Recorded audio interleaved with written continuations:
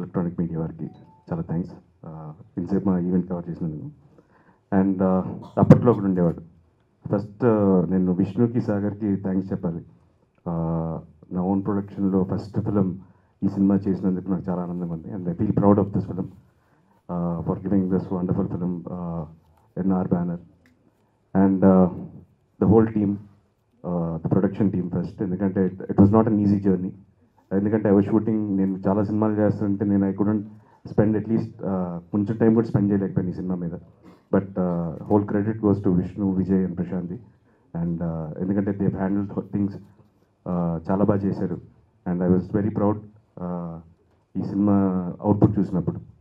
And అడగగానే అసలు ప్రతి ఒక్కరు ఫ్రమ్ బ్రహ్మాజీ గారు, అజయ్, ప్రభాస్ సీను, రాజీవ్ కనకాల గారు, సో ఎవ్రీ వన్ నేను అడిగిన వెంటనే నా కోసం ఈ సినిమా చేసినందుకు చాలా చాలా చాలా థ్యాంక్స్. అండ్ ఈ సినిమాకి music Sai Karthik.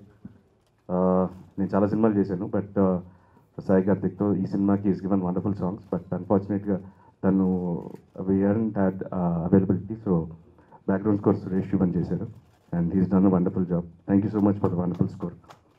And Apparao, he is also the part of the production team, and everyone, ప్రతి ఒక్కరు, from the production team till the lightmen, ఒక్కరు సపోర్ట్ లేకపోయినా మేము ఈ సినిమా ఇలా ఇంత బెస్ట్ క్వాలిటీతో తీసి ఉండేవాళ్ళం కాదేమో.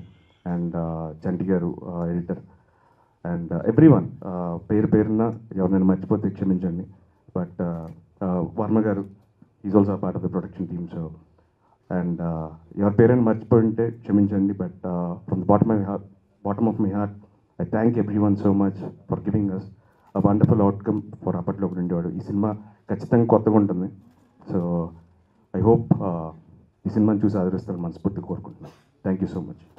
ప్రొడక్షన్ హౌస్ గురించి పర్టికులర్గా చెప్పాలి. ఈ film so much of effort, Rohit కానీ, విష్ణు కానీ, ప్రశాంతి, విజయ్, అప్పుడప్పుడు ఆన్ ఆఫ్ అయ్యి నీకు చిన్న చిన్న disturbances, but still the way.